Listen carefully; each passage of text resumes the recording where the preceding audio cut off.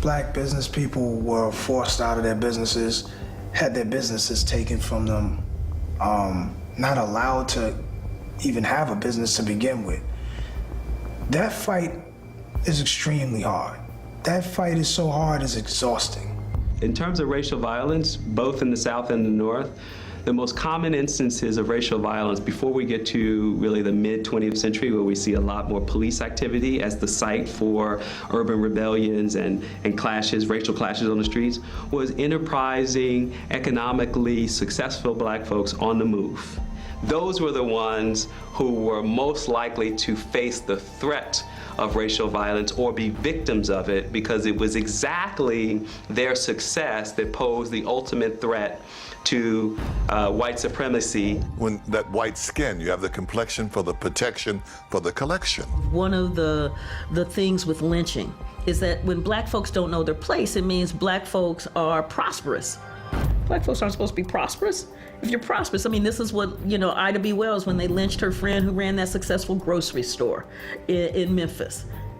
How can you be a successful businessman? How can you be more successful than me? And by the way, at the time of his death, Marcus Garvey was planning a black bank, because he knew if we were going to have an economic insurrection, we're going to have to be able to give Black people the wealth they need to start their businesses. During Reconstruction, they had something called the Freedmen's Bank, and a lot of African-American people would put their earnings and their savings in this bank, and what happened is that the Freedmen's Bank just took everybody's money in many cases. They took a lot of African-American people's money, and a lot of people were homeless and destitute. So a lot of African-American people got into the habit of just spending their money very quickly when they got it in order to buy something tangible, something that couldn't be taken away from them, like their money. So unfortunately, we have the habit of buying stuff that has no appreciating value just so our cash money won't be taken away. Well, that's the only place we show our distrust of white people. We don't trust them with our money, not cash money. Now, we trust them to buy things and that it'll work or operate or function, whatever we buy from them for material things. But we still don't trust them with our money, and that's been historical. That money was under the bed, under the mattress, in the wall, out in the shed. But we don't trust them with our money because we know that they have stolen from us, but we don't understand that money is not the only thing they steal. Just because you're a rich athlete, you didn't forget the treatment. You didn't forget the oppression. So you're gonna live now. You're gonna do it up now. Your woman wants diamonds, Birkin bags, Bentleys, she gonna have it. You want Murcielago, $14 million house, fly private, eat at the best restaurants, wear the best clothes, you're gonna have it. It feels like it's fleeting, the money. It feels like someone's gonna come and steal your life in the night because they don't want you to have it, because you're Black.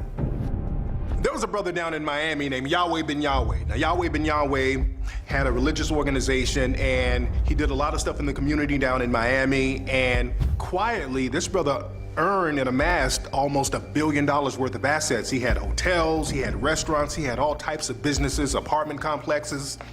And the government trumped up some charges on this brother, and they put him in prison, and they took away a lot of his assets. And he was in a position where he was vulnerable, and that's the problem. A lot of us, when we figure out a way to get our own money or stack up our own money without the help of the dominant society, and we're by ourselves, we become very vulnerable. So it's very important that we have a protection mechanism in order. I don't blame nobody for doing what they're doing. They are business people. And if we're willing to spend our money with them, they have every right to sell their products to us. It's us that got to make the decision that we're going to look to Black beauty supply stores, that we're going to start to go to our own restaurants. Nobody's forcing us to go there. We're doing this freely. Everybody going in that store. Every nationality of people going in that store. Well, when a Black person open a business, it's not going to be like that. And we got to try to convince the Black people to go in there. That's some kind of self-hatred. Remember, the white people's ice is colder. Integration in America basically means that Black people get to spend their money with the dominant society. Because we have to be very honest, Black people don't live around non-Black people in large numbers. Black people don't go to school with a lot of people in the dominant society. So Black people are only allowed to spend their money with those in the dominant society, and a lot of Black people feel equal when they do that. All of these entertainers, they talk about all the power that they have. You know, they doing commercials for smartphones and water and all of these different things. If you want to see true power, then you create something and you make that hot. You support somebody black and make that hot. Even in shopping, white people tend to brag about how cheaply they purchased something, what a deal they got. We brag about how much it costs because we want to demonstrate. And one of the tricks that white people used to do on us in a lot of department stores was to pull out something and say, oh no, you can't afford that one, I won't show you that one. We immediately gonna buy that because we're just not going to be classified as a person who can't afford something that they sell. Oprah Winfrey has all the money in the world, but she still became marginalized. Recently, she was somewhere in Europe and she tried to buy a purse and they wouldn't allow her to buy a purse because I don't think they recognized who she was. But a lot of times when we are, again, isolated, we're still vulnerable because our money does not trump racism, white supremacy. Oprah didn't try to buy no purse. Oprah tried to steal that woman's purse. That was the problem. They kept that on the down low. With her fat butt running down the street with a purse. Because they know even if they kill our children, we're gonna buy Louis Vuitton and Gucci anyway. We don't farm no more for the most part, so they control the food. They're doing this under a black president, shutting down public schools like there's no tomorrow. Chicago, Philadelphia, Los Angeles, everywhere you go, getting rid of public schools. And why? Because black people are no longer needed in order for the American economic order to function. We were brought here to serve as a catalyst in an industrial revolution, an economic cartel. Well, the immigration bill that's being championed now is all about doing what? Replacing blacks in the labor force. That's all it's about. The immigration bill does not include most African countries. The immigration bill does not deal with Haiti and other jet black Caribbean islands. The immigration bill is about Latinos and Mexicans and helping them to replace Africans in the workforce, to totally remove America's dependency on the black laborer, something the government has been working on since 1865 in the 13th Amendment. Get a good education and get a good job. That's what my parents actually said to me.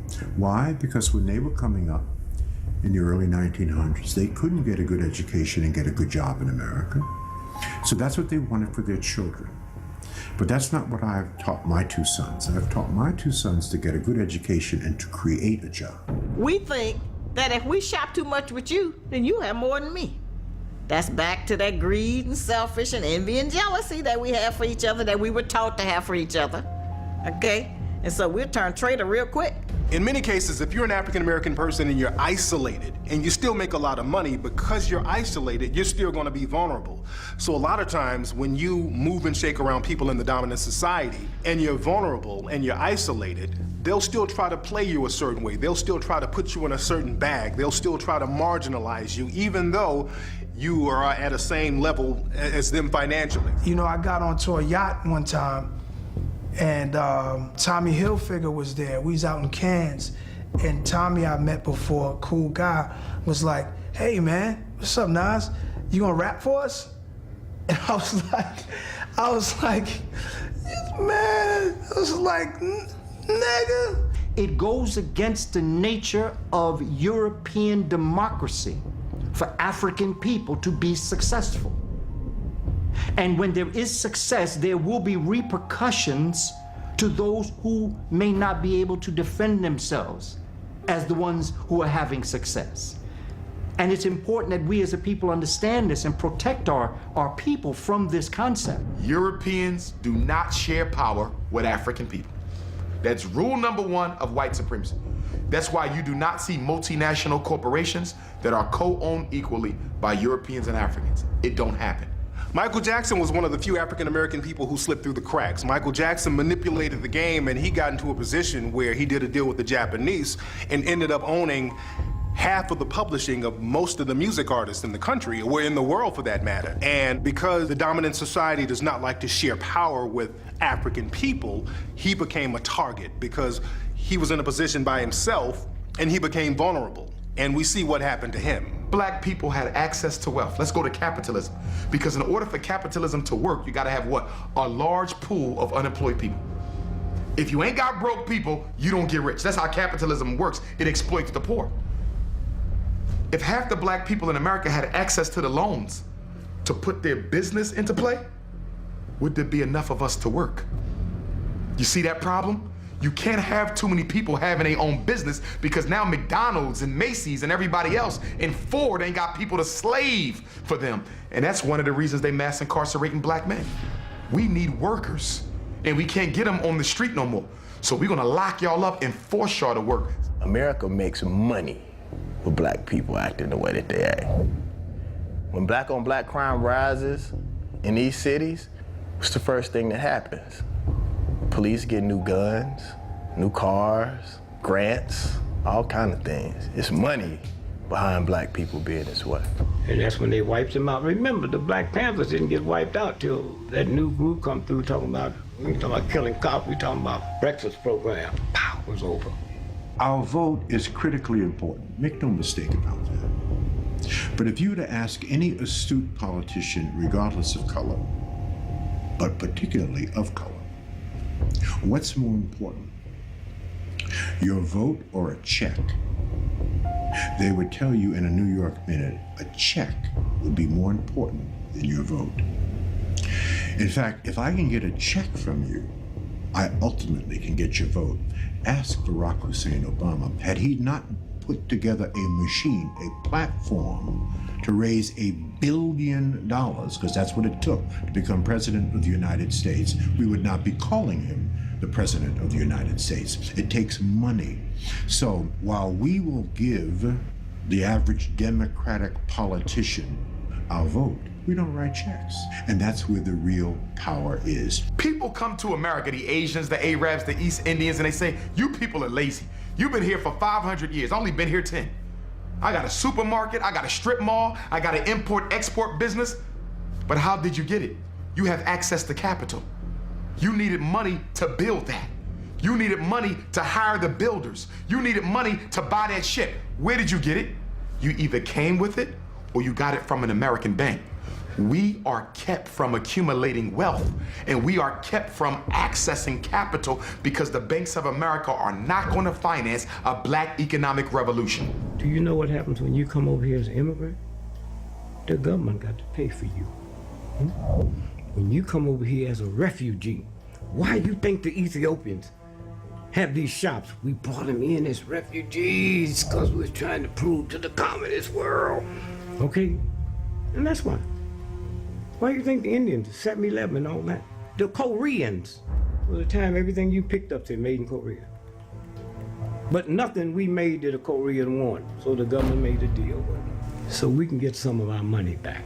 So we'll bring you in and loan you money to open up businesses, but you have to pay us the loan back. I'm going to tell you as a black person, you must support black businesses. You ain't crazy. So all things being equal, this is what I would like for black people to understand. Jews do not support Jewish businesses just because they're Jews. That's not true. All things being equal, you as a Jew have the same quality, value, and service as all of your competition.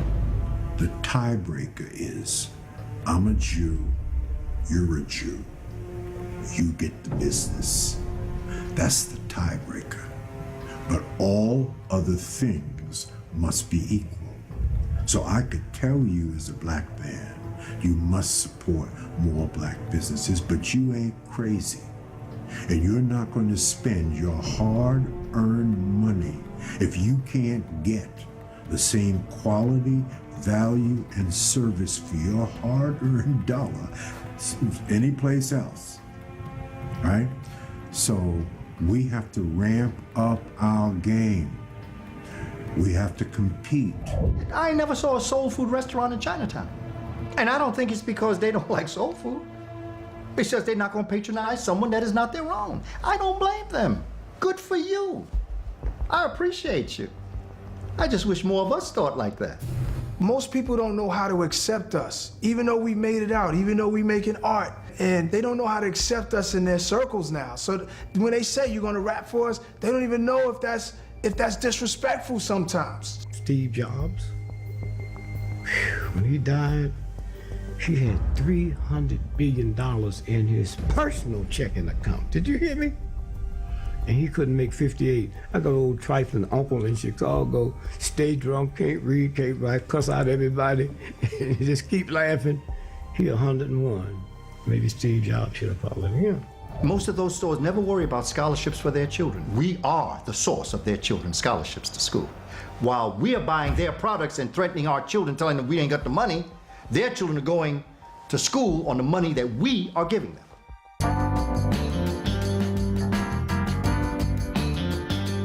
The Montgomery bus boycott, led by Dr. King, is probably one of the best examples of how you can use black economic power to bring white supremacy to its knees.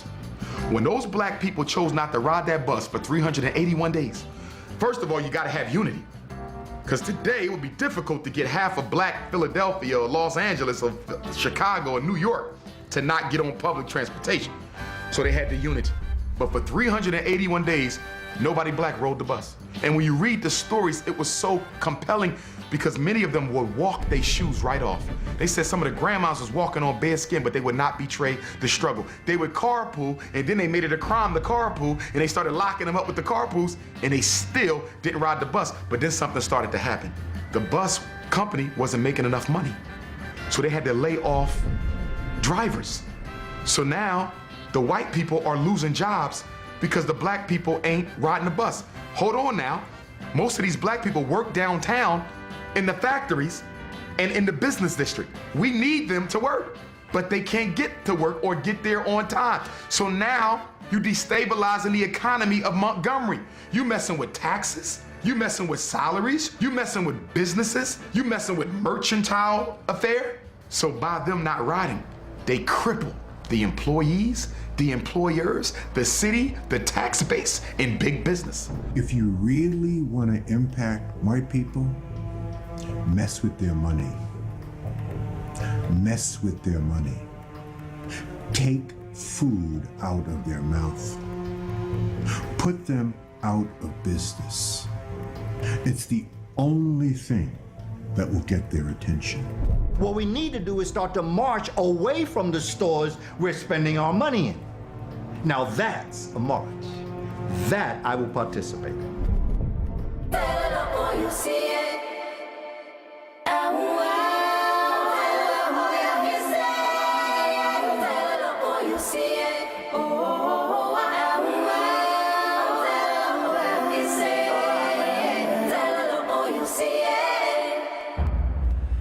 My pastor said that we have to take the tattoos off of our brain.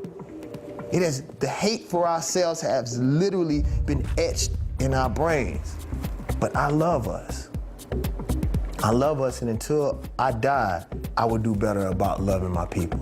I think we devalue intellectualism within our own community. We know the country does. But I think within our own community, we have devalued intellectualism.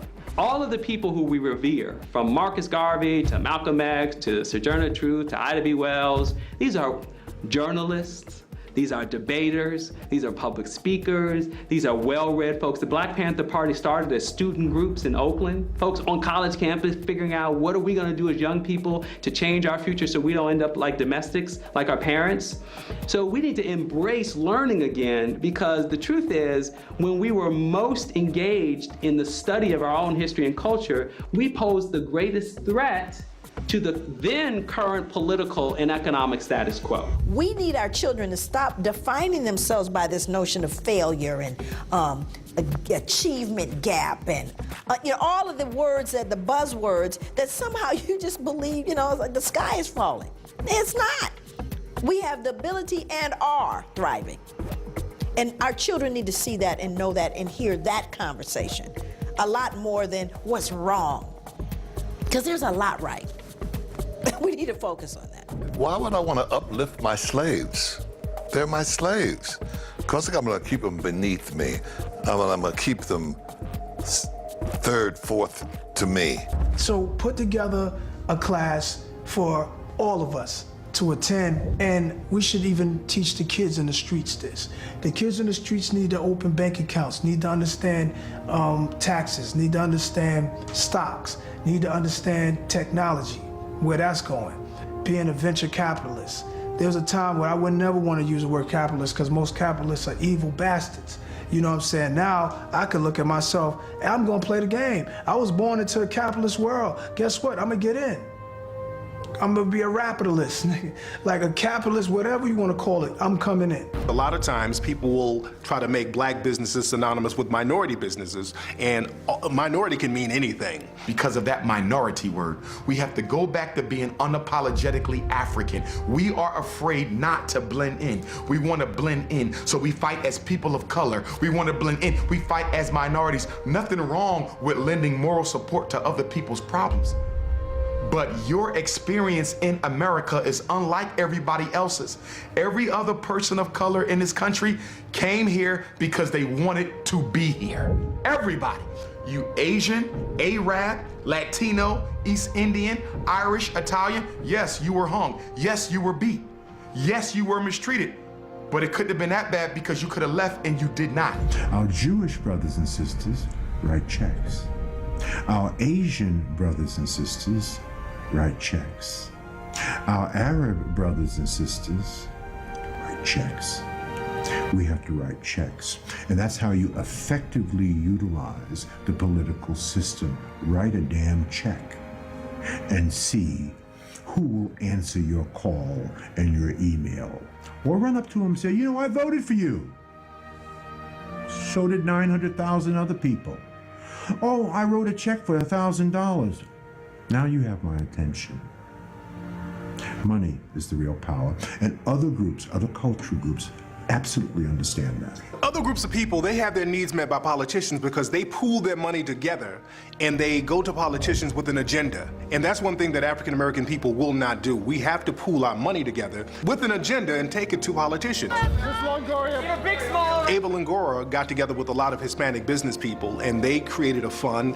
They brought like $30 million to President Barack Obama to his campaign, and this is why the president will talk about Hispanic needs. In the gay community, Hollywood had a fundraiser. They brought millions of dollars to Barack Obama's campaign. This is why the president will talk about gay needs and gay agendas. African American people, we can't get our agendas talked about because the thing is, we won't put no money together as a group and bring that agenda to these politicians, and that's the number one thing we need to do. Whenever there's a politician running or trying to get elected, we should form a group, pool our money together, and come to them with a specific agenda for African American people, not minorities. All of our religious leaders need to get together. Our economic leaders need to get together. And labor, we need to start to hire ourselves. All of these nail techs and manicure things, right? And I see black women flocking to them, and I don't see black women owning those shops. I don't see black women working in those shops. And so we have to ask ourselves, okay, if this is something you're willing to spend on, think about what that means in terms of job creation in your own neighborhoods when you're providing this service. We don't have a food corridor.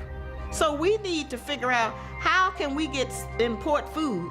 Even in the African stores here, they have food that comes in out of Saudi Arabia, Israel, and a lot of places, okay? But not the Negro in America, not the black people here. We don't have a food corridor. We don't have any way to get, they even bring in water, they bring in everything. We don't have anything. We're totally dependent on this country. If all the stores close down, we don't have anywhere to go, and we don't have a contact with nobody outside of the country to ship us no food. We don't have a food corridor. That's something that we need to start looking into. Yeah, there's a new sneaker store that I'm opening up in Vegas called 12 a.m. Run. You know, I'm a sneaker head from back in the 80s, you know, and it's something I talked about doing with other rappers even, like, you know, we sit down talking. A lot of people will talk about, let's do a song. I'm like, we've done thousands of songs, man. Like, let's do a restaurant. Let's do a sneaker store. If you want to deal with white supremacy, you gotta hit them in the pocket. I preach that. Stop going the moral route. You're not going to convince them that racism is bad. They know that. They're not stupid. You have to deal with people where their interests are. And if their interest in money, you hit them in a pocket and you get what you want. 5% of the people who became millionaires were salespeople. People who sold something. Because in America, two things are going on 24/7. Somebody's buying and somebody's selling. Right now, black people are doing all the buying. I tell them all the time, stop doing all the buying and sell something. I don't care if you bake cookies, put them in a box, put a label on it and sell it to somebody. If you live on a farm, take the manure, put it in a bag, put your name on it and sell it to somebody. You can become an entree manure, okay? But sell something. Stop doing all the damn buying. That's all we do. Sell something. So if you want to beat racism, sell something and build a business. Black people should at least create a parallel economy where they spend their money with the dominant society, but they also spend their money with their own people. They also build infrastructure in the black community, build businesses where they interact and do commerce with other black people. So we should create a parallel economy. So it's like a backup economy so that we could employ other black people and we can just have our own money circulating where we're not totally dependent on the dominant society. There's those of us who are business people and those of us who are business people. The job of the company that I started, FraserNet, is to put the business people out of business, because you're messing it up for those of us that are trying to do serious business. Now, we know the brother or sister that's the business person that give you a jacked up business card. They do hair, they do computer software, and they, of course, do detailing on your cars. I'm not sure what they do. They got 2 phone numbers crossed out, and they don't have a website.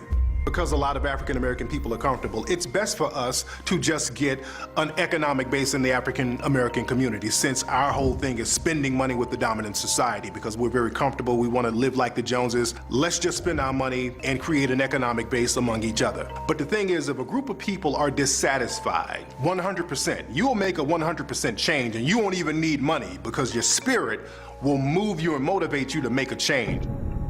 In the history of liberation, there was no money involved. Something in here. Go back and look. Look at the black folks in the movement. Huh?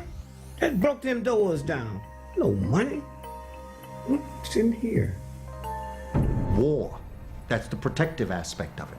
We need to reach out to those forces that can protect us against those who would wish us harm. This was a black man who was in prison in Atlanta.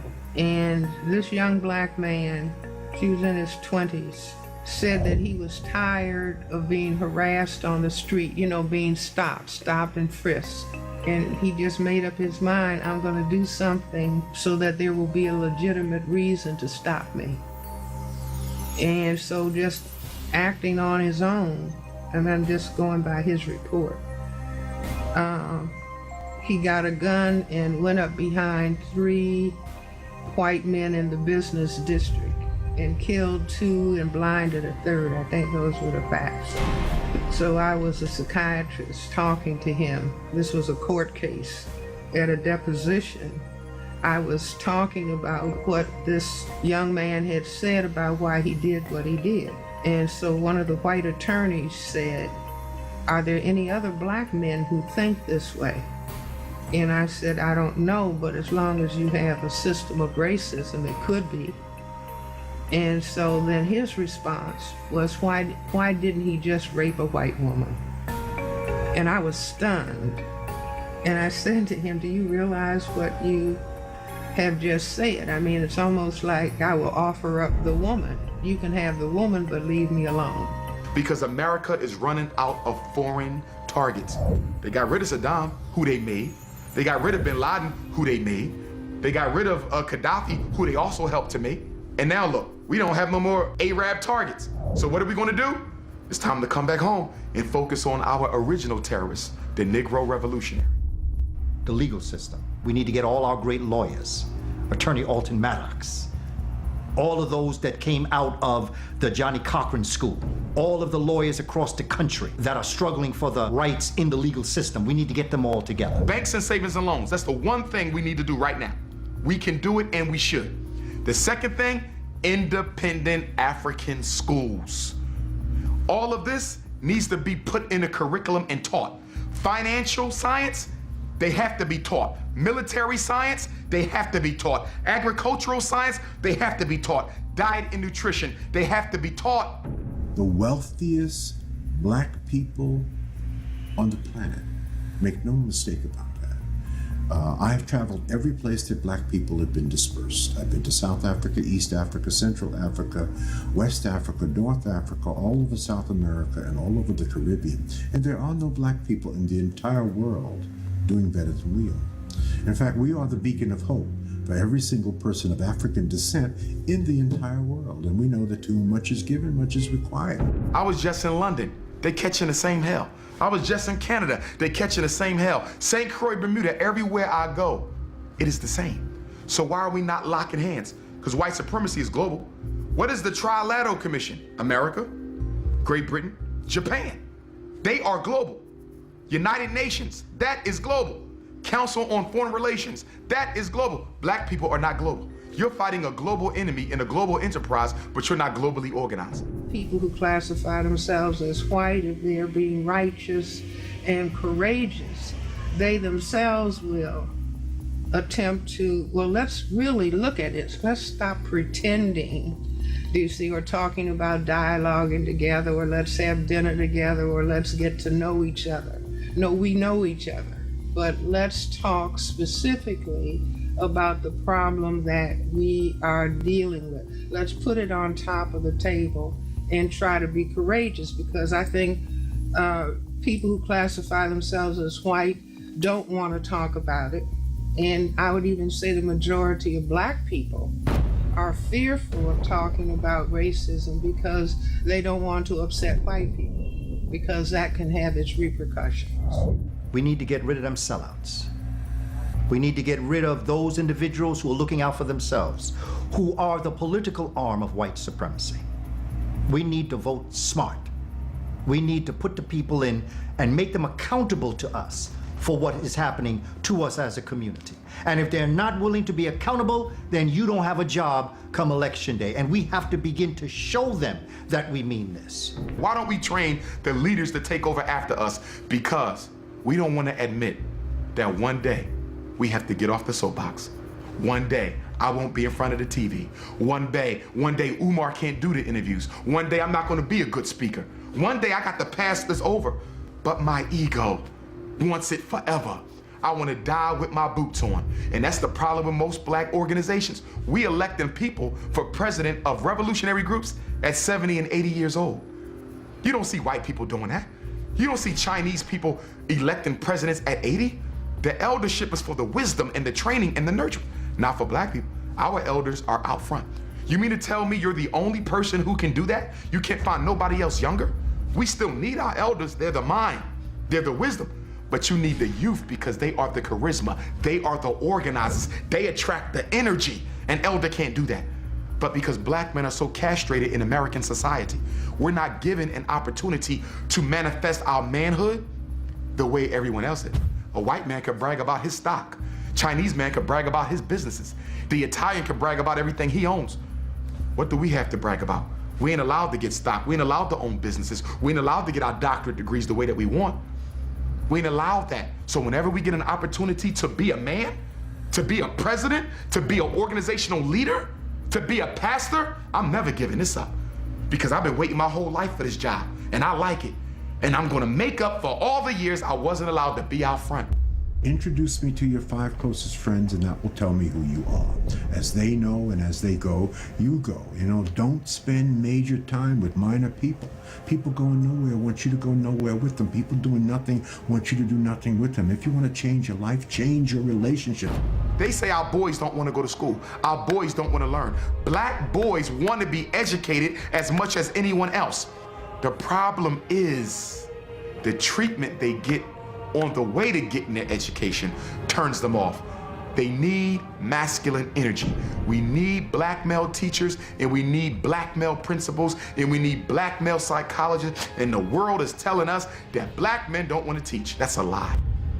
They're not being recruited because public school is the domain of middle-class white women, and they do not want to see us in there because we will not allow them to treat our kids the way that they treat them.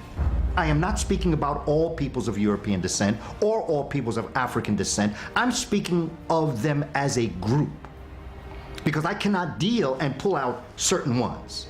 It's like Dr. Edward Scobie, the great Caribbean scholar, who used to always say, don't tell me nothing about no good white people. Because good white people act as shields for bad white people. And they will hide behind the shield of the good one to get into you. And then they'll do their devilment once they've arrived at you. I tell people all the time, I hope you're spending as much time raising the friends of your children that you are spending raising your child. Why? Because the pressure on your child from their so-called friends will be far greater than any pressure you will ever be able to put on your child. So your friends are critically important. Why? Because it's God's way of apologizing for your relatives. But I do think that we need to have more independent schools. We need more men to teach our children. We need to be able to turn our boys over to boys' summer camps in the summer with just men there, some brothers that come in there and deal with them. New article just came out in the New York Times called The Stories That Bind Us. Love this article. They created something called the Do You Know scale. And the Do You Know scale has to do with looking at children who know their stories. Their family. I'm not talking about their family. Well, auntie and uncle and Pookie, all of us went through. They've shown now that the degree to which children know their stories, good or bad, doesn't matter if it's a story of struggle and tragedy, doesn't matter. But knowing their story will help mediate stress. You can't take no break when you're up against white supremacy. They have never taken a break since the 1400s, and you taking a break. So the problem ain't that we fall short sometimes, is that we don't pick up and keep on going and prepare the next generation. A lot of African American people try to be too inclusive, and there's nothing wrong with being inclusive, but you have to take care of your group first. Other groups of people, they look out for their group first. Instead of us looking out for our group, we try to look out for everybody else, and that doesn't work for us in the long run because we let other groups of people hijack things that are meant for us. Because the thing is, we talk about reparations as African American people, but if the government said, look, tomorrow we're gonna give African American people reparations, you know what, we were wrong, we're gonna make everything right, so tomorrow morning, all African American people show up to get your reparations check. You know what's gonna happen? First thing tomorrow morning, people who look like Justin Timberlake are gonna show up wearing dashikis and kente cloths, talking about Assalamu alaikum, I'm 1/16th African American. And black people will let it happen. So the thing is, we have to take care of our own group first so that all of our benefits won't get hijacked. They love to see us suffer with grace. Oh, it hurts so bad, Master, but I was gonna keep on working anyway. They love it when they see us doing bad, but we come through it and say, oh, I took it, take a licking and keep on ticking. They love that. Oh, he had a hard time, but he stayed with it. Why should we have to live like that? You know, frogs adapt to the water. They adapt to whatever the temperature is. If it's cold, they adapt. If you take it and they warm up, they adapt. You put it on the stove, they will adapt until they boil, literally. And all you gotta do is tap the bowl, and the frog will jump out. Just tap the bowl. So what happens to us is we are boiling. Someone needs to tap the bowl. That's what I do. I tap the bowl, and that's all you need. If you take a people, and in this people, they want to rise and do great things, and you do everything you can to make them rise and be great, they're great. You take this other people that want to be great, and you do everything you can to stop them from being great. Yet in spite and despite of your attempts, they still become great. They're great. They're greater.